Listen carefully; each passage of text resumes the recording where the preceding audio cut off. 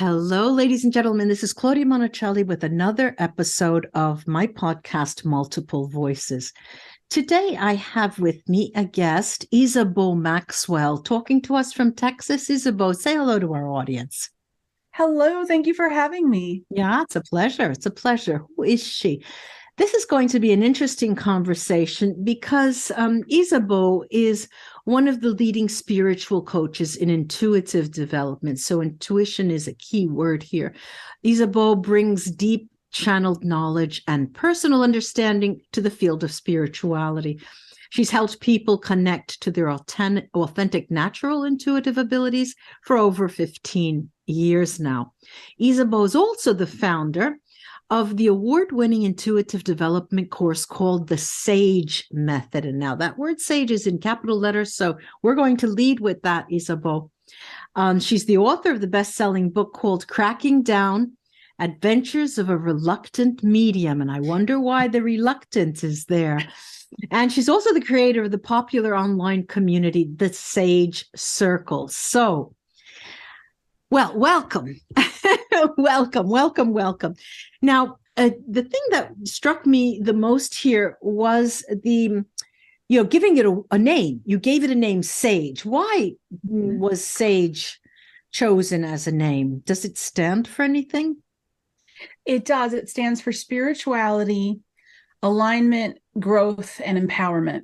Mm-hmm. And I thought that was really important to put those components in there because a lot of times we can get lost in this concept that intuition is just reading cards or getting messages when there's a lot deeper components to intuition, which is all of those, aligning yourself, getting alignment within yourself, and really feeling empowered in your own path. So that's a big part of the whole program. I wanted to make sure those pieces didn't get lost. Of course. Now, when I introduced you, we talked about 15 years, and 15 years is quite, quite a good amount of time, but that it is relatively recent, in universal time. So what brought you to that?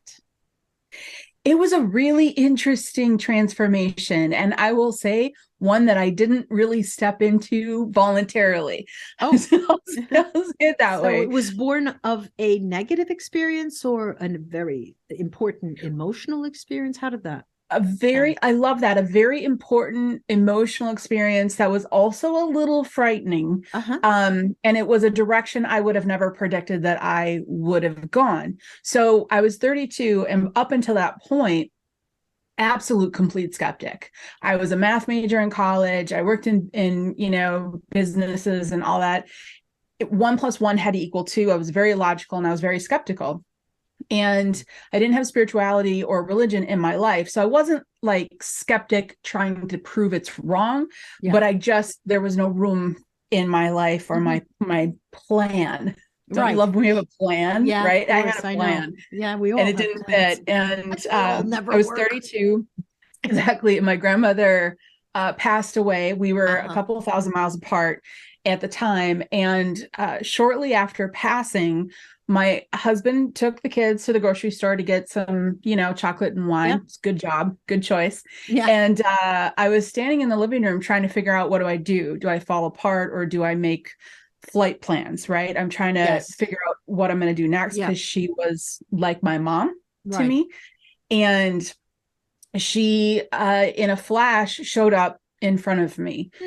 And it was frightening. I want to say it was loving because it was, but at the time, the only concepts up in this skull of mine were the horror movies and the numbers. Yeah, you have numbers and the numbers, and I'm like, this isn't real. So she was about 70% solid, and directly in front of me, which I think made a bigger impact. Yeah. Because we've all seen something out of the corner of our eye, right? Of course, out of the corner of our eyes, right? Out of the corner of our eye, right? Staring at it straight on, head on, is different. And just to make you feel better, I would say 90% of the people who have these visions do get frightened. It is a frightening experience because it's there and you can't. Who do I tell? Did you see that? Do you see that? Yeah, I can see Exactly. that. Yeah. That But was my first reaction too. Who do I'm not going to tell anybody this. yeah, right. This means Right. I'm imbalanced. This is not okay because it's not real. So, but then there's a jump from there to starting your own business. What Mhm. happened in the meantime? To be very direct, Yeah. I was so stricken with grief. Yeah. I did not want this to be the reality that she was no longer in my Oh, I life. see. I see. That, yeah, that when she showed up in my living room, she was there for maybe 2 seconds, but long enough to turn, look at, because she was standing sideways, which was odd. Yeah. She turned, looked at me, winked and smiled and disappeared. And now I look back on that going, you cheeky little lady, I know exactly what you were doing. Yeah, I know. But the grief was so strong that I had no choice emotionally but to try to determine if that was grief creating this in front of me, this image, or if that was really her.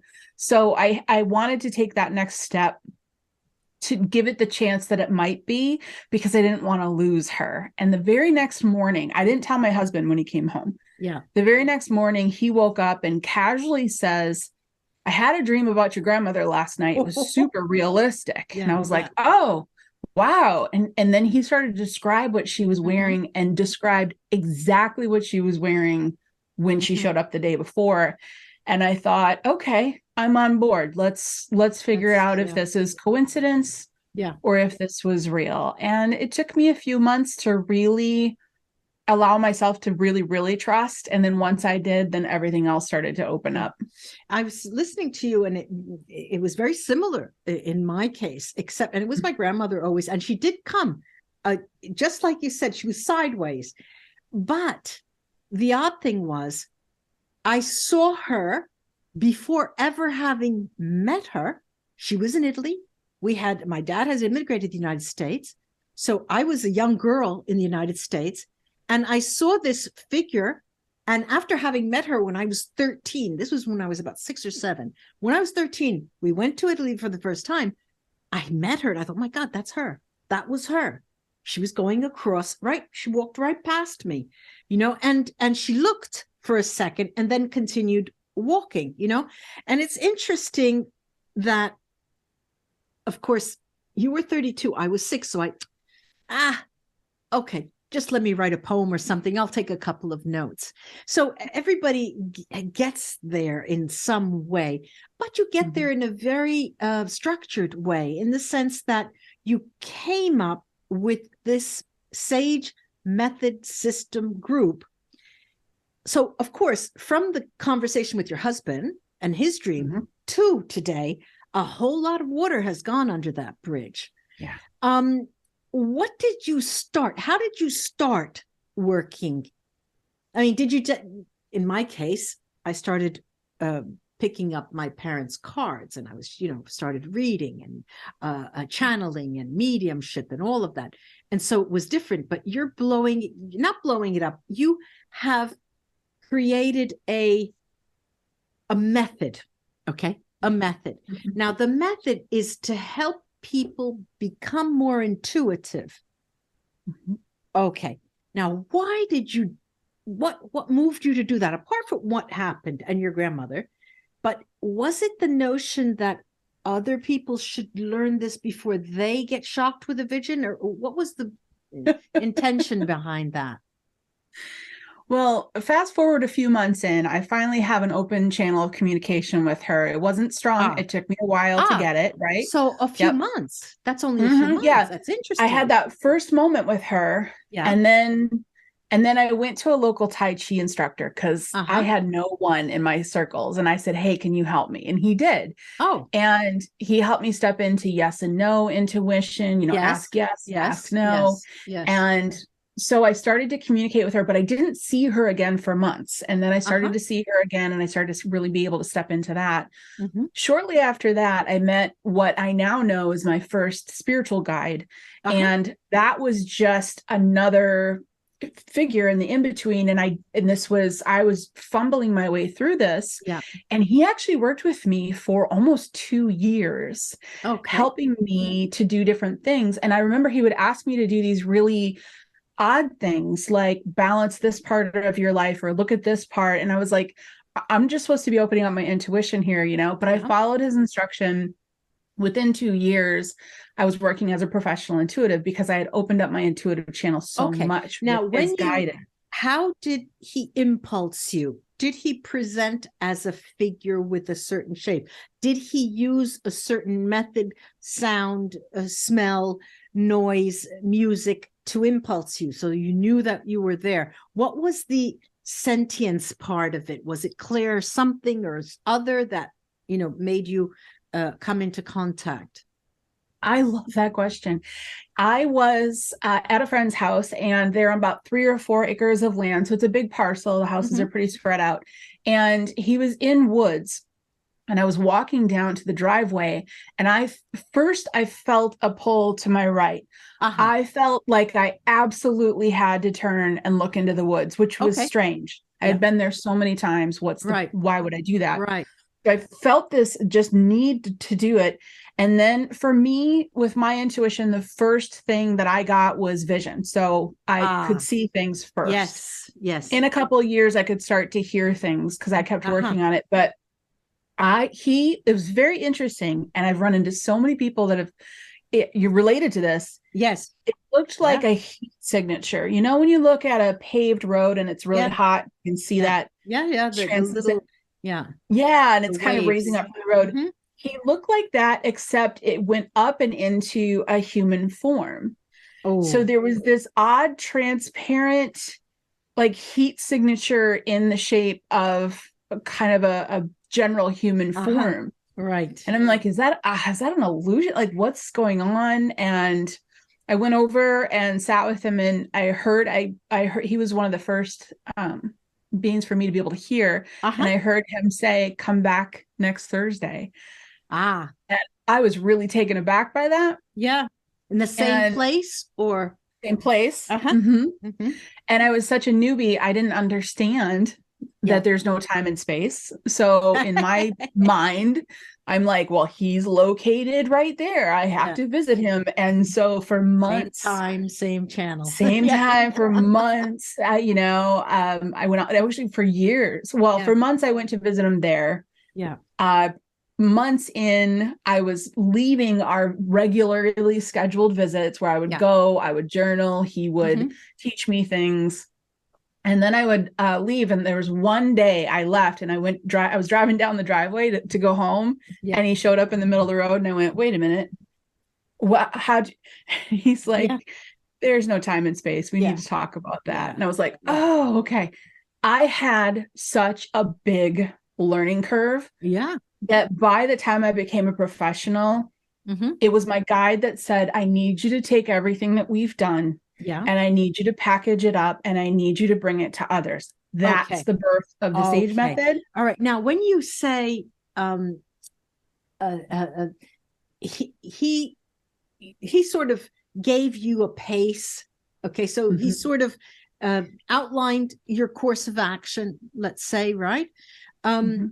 And so you can pack it up for others. And so you say, you thought, all right, I'm interpreting your words now, right? It was as if you had a calling, and that was the calling. You were called to do this. Okay. Now that's fine. That's usually how it happens. And there are many more guides than simply one usually, but there's a kink in the road, or a chink, or whatever you call it in the road sometimes, when you're doing your things, and all of a sudden something's not right, something's not working, or boy, I thought I was doing that right. Did that experience happen to you along the way? Over and over again. Give us an example. Over and over again. Sharing that. No, I don't mind at all. I had so much growing to do. And I had no idea how much growth I had to experience. So when you're in your day-to-day life, and you have your personal programming from your childhood and the patterns that you've got, I wasn't even aware of that concept, right? I was in the grind. I was doing the work, waking up every day. Here's my idea of success. Here's material objects around me. And it was a lot. And the one that was the most difficult was getting over what other people thought of me. That was very difficult. That was that one took a long time to get past. That's interesting. That's something that never even bothered me. I mean, well, my husband kept, was whispering to the kids, she's at it again. I would roll on the floor. She's at it again. They were thinking I was crazy. And then the thing that I want to understand is, because the idea was to package it and to give it to others, but you here have a free course. Is that right? Mm-hmm. If I read that correctly? Yeah, there's a handful of tools. So the course, the Sage Method itself is 7 weeks. It's an intensive experience. Yeah, it's a big experience. And what happens? I mean, people come and they sign up for the course. Mm-hmm. Is it a do it yourself or one-to-one or a group? How does that work? You can walk through it at your own pace. Oh, so it's online. And the way we have it set up is, once you have the course, you always have it. So if you need to go in there, and it's kind of like your own built-in mini library that you have. And so the sage is, again, spirit. Say the meaning there again. Spirituality, alignment, growth, and empowerment. Okay. And that's literally what people walk through in the course. Mm-hmm. So the first section of the course is about that personal programming. Who are you as your spirit, right? Mm-hmm. Because many of us, I listen to what you're saying about, your husband saying, oh, she's at it again. And that actually warms my heart, because I didn't get to experience that truth in me, that goofy, fun, free spirit in myself until my 30s, right? Yeah. And before that, it was, this is how you behave. This is what you look like. This is what you drive, and I was really in that rigid environment. So the freedom of that is huge. And then the second part of the Sage Method course is understanding how all of this works. Okay. A lot of people work very well when they understand how the engine works. Do you know what I mean? Okay. So I'm seeing here that you offer intuitive development along with an online spiritual community. So there is the community that people can interact with. And there is talk here I'm reading, I'm saying there is talk here. This is information that Isabeau has written to me. The free course is called The Top 5 Intuitive Tools. Right? Yes. And that I will write this in the description of the episode and the video here. So that is they can try this free course and get an idea. Yeah, that course is that I picked out the top 5 tools that I believe everyone should have. Even if you're like, I'm not ready to jump into this, just want to do this. What about a sneak peek? A sneak peek of those tools? Can you tell us what they are? Can I tell you my 2 favorite? Oh, well, yeah. Okay. I would like more. No, I know. One of them talks about how the left brain works and, what we can do to calm that left brain so it doesn't get in the way of the right brain in processing. One of the tools is about guide communication. One of the tools is about the block. Mean communication with a guide or guides? Mm-hmm. Okay. Yep. Communication with your guides. A third tool is talking about setting aside the block of your own personal sort of skepticism and how to step into your structure. And the last 2 are my favorites.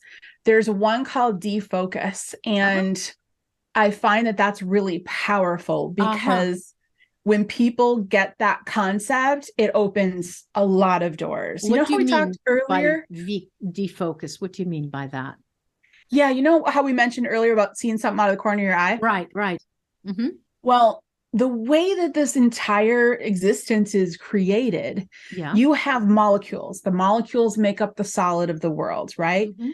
The space in between those molecules, because molecules never touch and they're within the space, in between, it's in that space that we're looking for intuitive messages, connections with guides, because they're not in the material realm. So when you allow your physical eyes to relax and let go of focusing on the material world, that's when your mind starts to focus on the spiritual world. So that's just doing that, just relaxing your gaze helps people dramatically when it comes to accessing their intuition. And then the last one is GCP, which is a ground clear, protect spiritual practice to acknowledge your energetic body, take care of it, keep it balanced. And that brings a ton of clarity as well. Okay, so I'll be putting this in the description. Another thing I'd like to, of course, before we go, the book, the Cracking Open, Cracking Open Adventures, the Adventures of a Reluctant Medium. Now, why reluctant? And medium, of course, medium means that you are a go-between for, let's say, a client who wants to know or speak or communicate with a person or soul that's passed. That's what you're talking of, reluctant medium in that sense. So explain, please. Absolutely. So let's go back to the beginning when I'm now talking to my grandmother.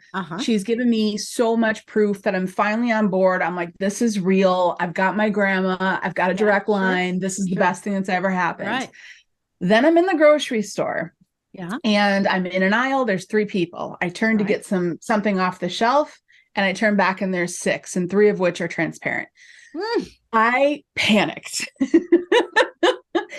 I'm still new to this. I thought it was just her. And I physically ran out of the grocery store, got into my car, turn and look. And this cheeky little wonderful woman that's my grandmother sitting in the passenger seat. And I said to her, "What was that?" And her response was, "Well, what did you think was going to happen?" And I was like, I thought I was just going to talk to you and me. That's it for the rest of my life. And she said, "No, honey, it's not going to work like that." And I was like, okay. So I had to get over my fear of the unknown. I had to get over my fear of losing my personal space security. And I had to get over the fear of telling people, this is what I do. When I had a lifetime with so much stigma around it. You know what I mean? Yeah. Well, it's interesting. I mean, it is so interesting that it just makes everything you've done before that fade away. And, it just seems so important compared to just the trivial, when am I going to meet a man, or how do I pay my bills, or what, that's just the life is stuff. Magnificent now. I love my life. I mean, you could not pay me enough or do enough to ask me to go back to the way it was. Oh God. No. I'm thinking out loud. No. Please don't take me there. I'm going to die. Nope. I will be all set. I will exit stage left. Absolutely not. Yeah. Okay. So we're in the book. All right. We're in the book. A reluctant medium. Why reluctant? I was reluctant because I had to deal with my own judgment on the path. And so the book is sort of a compendium of what you're teaching in your course, in a way. The book is a memoir. So it's the first 2 years of me opening up. So it's written in a very fun story-like format, but I'm very honest and very real in that book of what I felt in all moments and what I experienced in the first 2 years and how it unfolded. And I wanted to write it because I found person after person after person relating to me. And I thought, I need something out there that people can read and say, okay, I'm not alone. Okay, good. Do we have another book in the making? I've been asked that for like 11 years, and I'm on it. I'm totally on it. I'm gonna any minute now. I'll have the second one written. Okay. Well, this has been such a breath of fresh air. And I will point my listeners and audience to these links so they can also benefit from a taste and then perhaps go on to a full course, should they wish, and perhaps see what you're writing in your memoir, which is always such a beautiful. Well, you know, we have in Italian, we have an expression that says something that translates something like a hidden secret, you know, a secret tucked away in a closet for the future. Do you have something there that might be coming out for the future? Tell me a little bit more about that meaning. Okay. I'm a psychic, right? But I've always wanted to be XXX. So in that closet, I have this sort of dream still tucked away, and I'm not ready yet, but maybe I'll get there. And then I will become that, you know. Do you have an idea? I don't know, maybe something. Well, like you said, my life is perfect. I love everything about it. But it's not over. So you may have an idea of what you would like to be doing, maybe differently, maybe more in the future. Do you have this? Is there somewhere hidden in that drawer? Now that you explain it more, it hits right to my heart. I get it. I totally understand this. Yes, it's all I want is to stand next to people, hold their hand while they thrive, while they grow, expand, and thrive. Like I want to lift up. Yeah. I want to say to people who were told it's not possible, you don't have possibilities. I want to be there to say, it's possible, great. You have possibilities. That's great. And it's a challenge. It's a real challenge, especially it is. When you have people really want, they, you know, on the surface, they're saying, yes, I want to, I need to, but there's no clue as to how to go about that because they don't have a guide that they saw, you know, right in front of them, or they want it, but they are missing some emotional step. They haven't gone through experiences that will allow them to declutter their life at the time. Yes. And they're still thinking of, why am I not getting a job? And why shouldn't I be doing this? And why shouldn't I, you know, so they're overwhelmed with the superficial qualities of what we're dealing with. And we all, I mean, that's natural. That's natural. We all do have to pay bills some sooner or later. And so, but it's, how can I say, when I was young, I used to think to myself, well, you know, money is like nails. You cut your nails and they just seem to grow back. That's my experience. And so I thought to myself, is that a privileged experience, or am I concentrating on other things that those will take care of themselves? You know, those things, those menial problems will just take care of themselves. And the experience that someone like you or myself have, and you can clarify this for me, is that at times I fully understand that I'm out there, you know, compared to someone else. I'm way out there, and I have to take time and space to do the things that I do. And people who want to, you know, knock on my mind and talk to me, I can't do that now. Give me another hour or two, you know. So I understand that in many ways we're out there, but at the same time, what brings you with your feet grounded is that what you were just saying, holding someone's hand and being part of their development, their spiritual development and growth. That makes you soar. It just makes you soar. It makes my heart soar. That was the birth of the Sage Circle, which is the spiritual online community membership. And that exploded. We have members all over the globe now, and it's a safe place. All are accepted, unconditional love. Everyone meets everyone where they're at. You know what I mean? Great. And I didn't have that when I opened up. I didn't have that when I started my life transformation.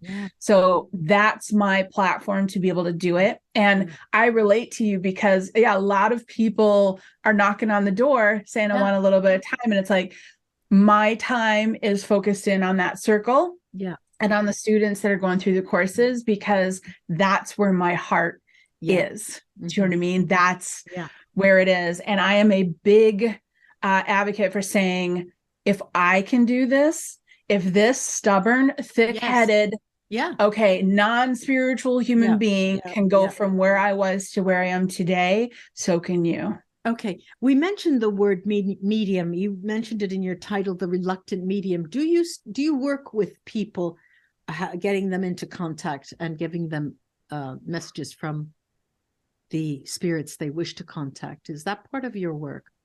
I did for many years, but now there's so many in the community and there's so many students that I need to focus my time on that.